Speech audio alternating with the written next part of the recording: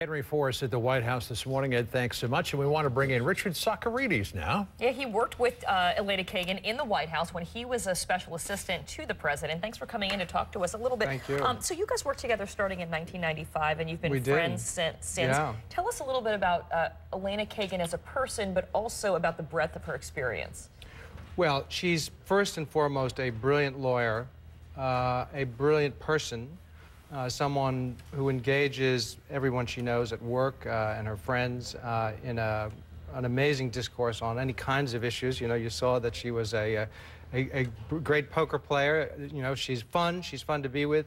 But I think most importantly, and what President Obama saw in her, was that she's a brilliant, pragmatic progressive who is intent on hearing all sides to fashion a solution that works for the most amount of people. Not much of a paper trail on her because she's not been, sitting on the bench. So do we know how she will rule on controversial issues? Well, Can we get some sort of an idea? It's interesting, right? Because we're used to seeing appellate judges go on to the Supreme Court. And she was nominated for the appeals court. She was nominated, never got a hearing, but almost 10 years, quite a while ago by President Clinton.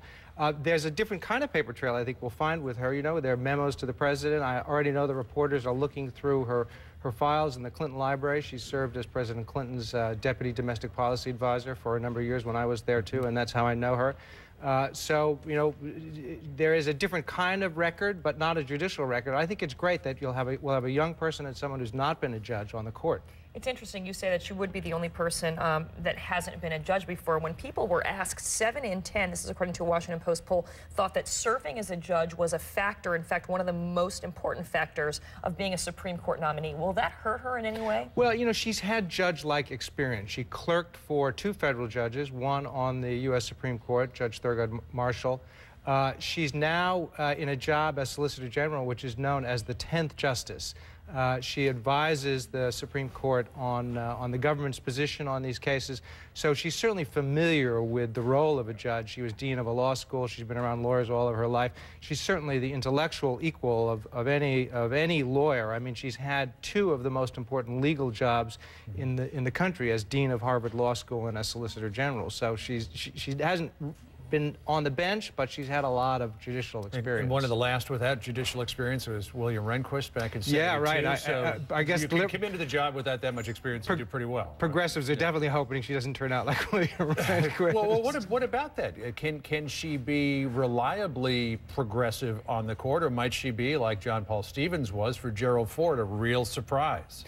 I think if you look at her background and the breadth of her experience, you know, she comes from New York. Her father was a tenants' rights lawyer. Her mother was a teacher. She comes from progressive democratic politics. I think she's very much her politics. I mean, you know, we're guessing a little bit here because I think she's been careful, especially lately, not to say too much about what exactly her politics are. So we're guessing a little bit, but I think her politics are definitely in the mainstream of Democratic Party thought, very much like President Obama's politics.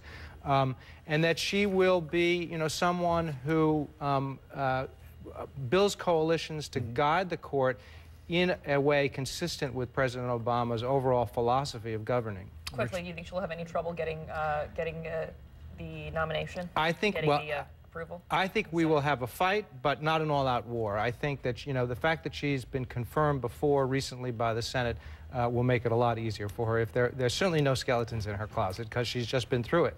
Richard Socarides, great to have you with us. Thank you both. We'll check back with you a little bit later on this morning as well.